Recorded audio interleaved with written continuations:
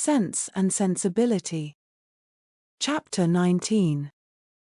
Edward remained a week at the cottage. He was earnestly pressed by Mrs. Dashwood to stay longer, but, as if he were bent only on self-mortification, he seemed resolved to be gone when his enjoyment among his friends was at the height. His spirits, during the last 2 or 3 days, though still very unequal, were greatly improved. He grew more and more partial to the house and environs, never spoke of going away without a sigh, declared his time to be wholly disengaged, even doubted to what place he should go when he left them, but still, go he must. Never had any week passed so quickly, he could hardly believe it to be gone. He said so repeatedly. Other things he said too, which marked the turn of his feelings and gave the lie to his actions. He had no pleasure at Norland. He detested being in town, but either to Norland or London, he must go. He valued their kindness beyond anything, and his greatest happiness was in being with them. Yet, he must leave them at the end of a week, in spite of their wishes and his own, and without any restraint on his time. Eleanor placed all that was astonishing in this way of acting to his mother's account, and it was happy for her that he had a mother whose character was so imperfectly known to her, as to be the general excuse for everything strange on the part of her son. Disappointed, however, and vexed as she was, and sometimes displeased with his uncertain behavior to herself, she was very well disposed on the whole to regard his actions with all the candid allowances and generous qualifications, which had been rather more painfully extorted from her, for Willoughby's service, by her mother.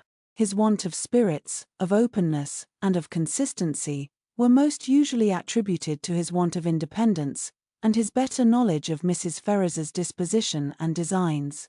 The shortness of his visit, the steadiness of his purpose in leaving them, originated in the same fettered inclination, the same inevitable necessity of temporizing with his mother.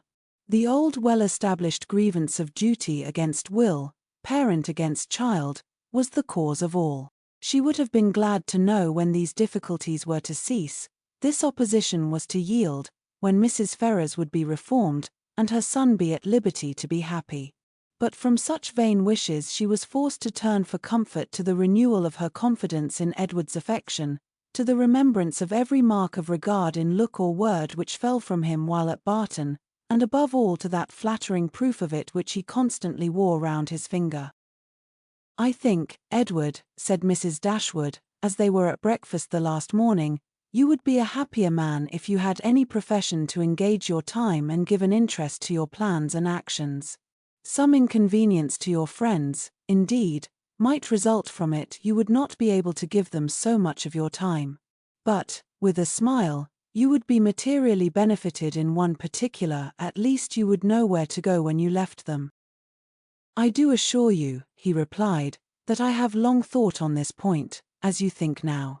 It has been, and is, and probably will always be a heavy misfortune to me, that I have had no necessary business to engage me, no profession to give me employment, or afford me anything like independence. But unfortunately my own nicety, and the nicety of my friends, have made me what I am, an idle, helpless being. We never could agree in our choice of a profession. I always preferred the church, as I still do. But that was not smart enough for my family. They recommended the army. That was a great deal too smart for me. The law was allowed to be genteel enough. Many young men, who had chambers in the Temple, made a very good appearance in the first circles, and drove about town in very knowing gigs. But I had no inclination for the law, even in this less abstruse study of it, which my family approved. As for the navy, it had fashion on its side, but I was too old when the subject was first started to enter it, and, at length, as there was no necessity for my having any profession at all, as I might be as dashing and expensive without a red coat on my back as with one, idleness was pronounced on the whole to be most advantageous and honourable, and a young man of 18 is not in general so earnestly bent on being busy as to resist the solicitations of his friends to do nothing. I was therefore entered at Oxford and have been properly idle ever since. The consequence of which, I suppose, will be, said Mrs. Dashwood, since leisure has not promoted your own happiness, that your sons will be brought up to as many pursuits, employments, professions, and trades as columellers. They will be brought up, said he, in a serious accent, to be as unlike myself as is possible. In feeling, in action, in condition, in everything. Come, come, this is all an effusion of immediate want of spirits, Edward. You are in a melancholy humour, and fancy that anyone unlike yourself must be happy. But remember that the pain of parting from friends will be felt by everybody at times, whatever be their education or state. Know your own happiness. You want nothing but patience, or give it a more fascinating name, call it hope. Your mother will secure to you, in time, that independence you are so anxious for. It is her duty, and it must ere long become her happiness to prevent your whole youth from being wasted in discontent. How much may not a few months do? I think, replied Edward, that I may defy many months to produce any good to me. This desponding turn of mind, though it could not be communicated to Mrs. Dashwood, gave additional pain to them all in the parting, which shortly took place, and left an uncomfortable impression on Eleanor's feelings especially, which required some trouble and time to subdue. But as it was her determination to subdue it, and to prevent herself from appearing to suffer more than what all her family suffered on his going away, she did not adopt the method so judiciously employed by Marianne, on a similar occasion, to augment and fix her sorrow, by seeking silence, solitude, and idleness. Their means were as different as their objects, and equally suited to the advancement of each. Eleanor sat down to her drawing-table as soon as he was out of the house, busily employed herself the whole day, neither sought nor avoided the mention of his name, appeared to interest herself almost as much as ever in the general concerns of the family, and if, by this conduct, she did not lessen her own grief, it was at least prevented from unnecessary increase, and her mother and sisters were spared much solicitude on her account. Such behaviour as this, so exactly the reverse of her own, appeared no more meritorious to Marianne than her own had seemed faulty to her. The business of self-command she settled very easily. With strong affections it was impossible, with calm ones it could have no merit. That her sister's affections were calm, she dared not deny, though she blushed to acknowledge it, and of the strength of her own, she gave a very striking proof, by still loving and respecting that sister, in spite of this mortifying conviction. Without shutting herself up from her family, or leaving the house in determined solitude to avoid them, or lying awake the whole night to indulge meditation, Eleanor found every day afforded her leisure enough to think of Edward, and of Edward's behaviour, in every possible variety which the different state of her spirits at different times could produce, with tenderness, pity, approbation, censure, and doubt. There were moments in abundance, when, if not by the absence of her mother and sisters, at least by the nature of their employments, conversation was forbidden among them, and every effect of solitude was produced. Her mind was inevitably at liberty, her thoughts could not be chained elsewhere, and the past and the future, on a subject so interesting, must be before her, must force her attention, and engross her memory, her reflection, and her fancy. From a reverie of this kind, as she sat at her drawing-table, she was roused one morning, soon after Edward's leaving them, by the arrival of company. She happened to be quite alone. The closing of the little gate, at the entrance of the green court in front of the house, drew her eyes to the window, and she saw a large party walking up to the door. Amongst them were Sir John and Lady Middleton and Mrs. Jennings, but there were two others, a gentleman and lady, who were quite unknown to her.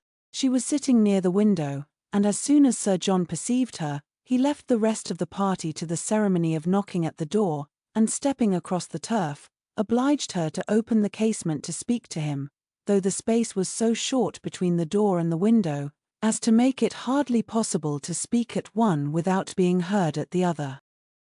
"Well," said he, "we have brought you some strangers. How do you like them?" "Hush! They will hear you."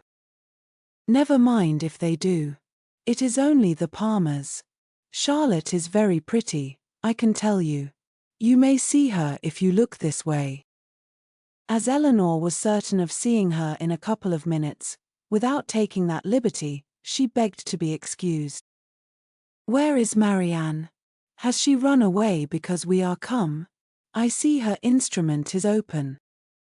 "She is walking, I believe." They were now joined by Mrs. Jennings, who had not patience enough to wait till the door was opened before she told her story. She came hallooing to the window. "How do you do, my dear? How does Mrs. Dashwood do? And where are your sisters? What? All alone? You will be glad of a little company to sit with you. I have brought my other son and daughter to see you. Only think of their coming so suddenly. I thought I heard a carriage last night, while we were drinking our tea, but it never entered my head that it could be them. I thought of nothing but whether it might not be Colonel Brandon come back again, so I said to Sir John, I do think I hear a carriage, perhaps it is Colonel Brandon come back again." Eleanor was obliged to turn from her, in the middle of her story, to receive the rest of the party. Lady Middleton introduced the two strangers. Mrs. Dashwood and Margaret came downstairs at the same time, and they all sat down to look at one another, while Mrs. Jennings continued her story as she walked through the passage into the parlour, attended by Sir John. Mrs. Palmer was several years younger than Lady Middleton, and totally unlike her in every respect. She was short and plump, had a very pretty face, and the finest expression of good humour in it that could possibly be. Her manners were by no means so elegant as her sister's, but they were much more prepossessing. She came in with a smile, smiled all the time of her visit, except when she laughed, and smiled when she went away. Her husband was a grave-looking young man of 5 or 26, with an air of more fashion and sense than his wife, but of less willingness to please or be pleased. He entered the room with a look of self-consequence, slightly bowed to the ladies, without speaking a word, and, after briefly surveying them and their apartments, took up a newspaper from the table, and continued to read it as long as he stayed. Mrs. Palmer, on the contrary, who was strongly endowed by nature with a turn for being uniformly civil and happy, was hardly seated before her admiration of the parlour and everything in it burst forth. "Well, what a delightful room this is! I never saw anything so charming. Only think, mamma, how it is improved since I was here last. I always thought it such a sweet place, ma'am," turning to Mrs. Dashwood, "but you have made it so charming. Only look, sister, how delightful everything is. How I should like such a house for myself. Should not you, Mr. Palmer?" Mr. Palmer made her no answer, and did not even raise his eyes from the newspaper. "Mr. Palmer does not hear me," said she, laughing. "He never does sometimes. It is so ridiculous." This was quite a new idea to Mrs. Dashwood. She had never been used to find wit in the inattention of anyone, and could not help looking with surprise at them both. Mrs. Jennings, in the meantime, talked on as loud as she could, and continued her account of their surprise, the evening before, on seeing their friends, without ceasing till everything was told. Mrs. Palmer laughed heartily at the recollection of their astonishment, and everybody agreed, 2 or 3 times over, that it had been quite an agreeable surprise. "You may believe how glad we all were to see them," added Mrs. Jennings, leaning forward towards Eleanor, and speaking in a low voice as if she meant to be heard by no one else, though they were seated on different sides of the room. "But, however, I can't help wishing they had not travelled quite so fast, nor made such a long journey of it, for they came all round by London upon account of some business, for you know," nodding significantly and pointing to her daughter, "it was wrong in her situation. I wanted her to stay at home and rest this morning, but she would come with us. She longed so much to see you all." Mrs. Palmer laughed, and said it would not do her any harm. "She expects to be confined in February," continued Mrs. Jennings. Lady Middleton could no longer endure such a conversation, and therefore exerted herself to ask Mr. Palmer if there was any news in the paper. "No, none at all," he replied, and read on. "Here comes Marianne," cried Sir John. "Now, Palmer, you shall see a monstrous pretty girl." He immediately went into the passage, opened the front door, and ushered her in himself. Mrs. Jennings asked her, as soon as she appeared, if she had not been to Allenham, and Mrs. Palmer laughed so heartily at the question as to show she understood it. Mr. Palmer looked up on her entering the room, stared at her some minutes, and then returned to his newspaper.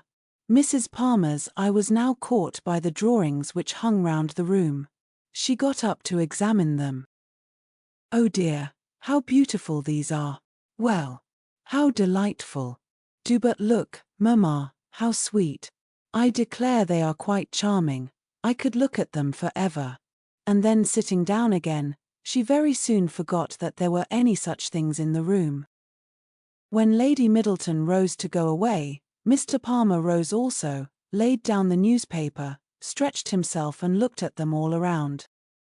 "My love, have you been asleep?" said his wife, laughing. He made her no answer, and only observed, after again examining the room, that it was very low-pitched, and that the ceiling was crooked. He then made his bow, and departed with the rest. Sir John had been very urgent with them all to spend the next day at the park. Mrs. Dashwood, who did not choose to dine with them oftener than they dined at the cottage, absolutely refused on her own account. Her daughters might do as they pleased.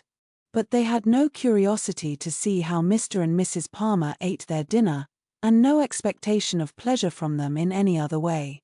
They attempted, therefore, likewise, to excuse themselves.